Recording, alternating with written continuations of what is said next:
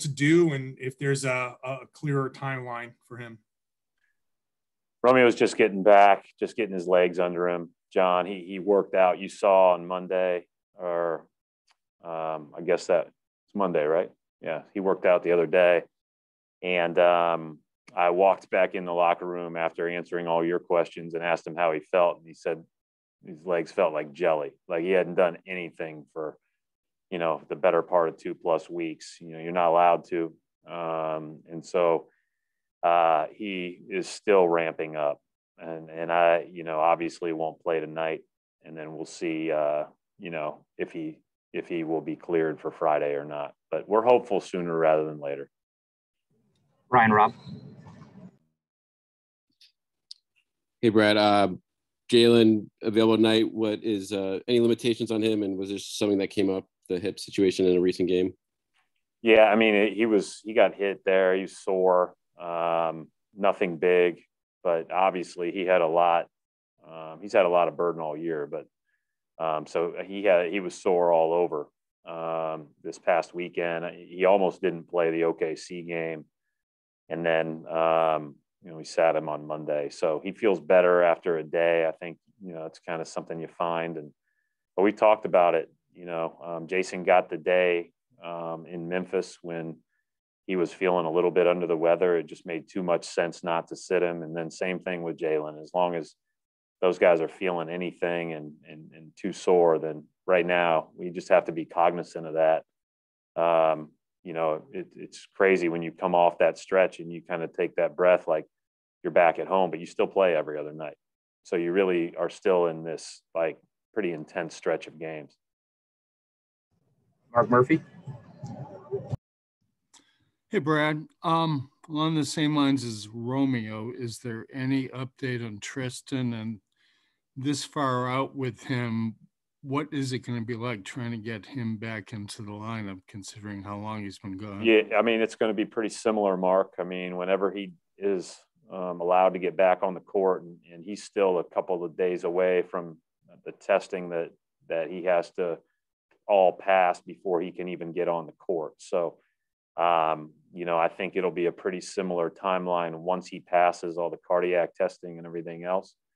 And but we're going to be appropriately cautious with those guys, both from a physical perspective and just everything else. I mean, we've learned a lot that this is difficult, and I think that we'll just be conservative with it.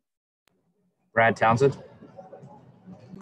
Yeah, Porzingis didn't play when you guys were in Dallas last month. What's the most challenging aspect of having Porzingis and Doncic on the floor together? I just think it's another superbly skilled player. Obviously 7'2", 7'3", whatever he is.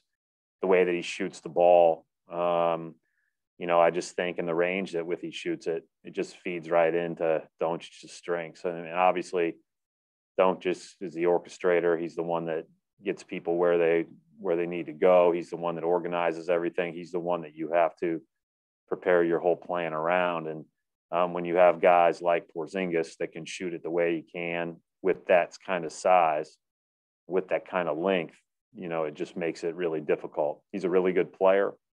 I think they have a lot of really good players, and they had a lot of guys that hurt us in the game there. Jalen Brunson was terrific.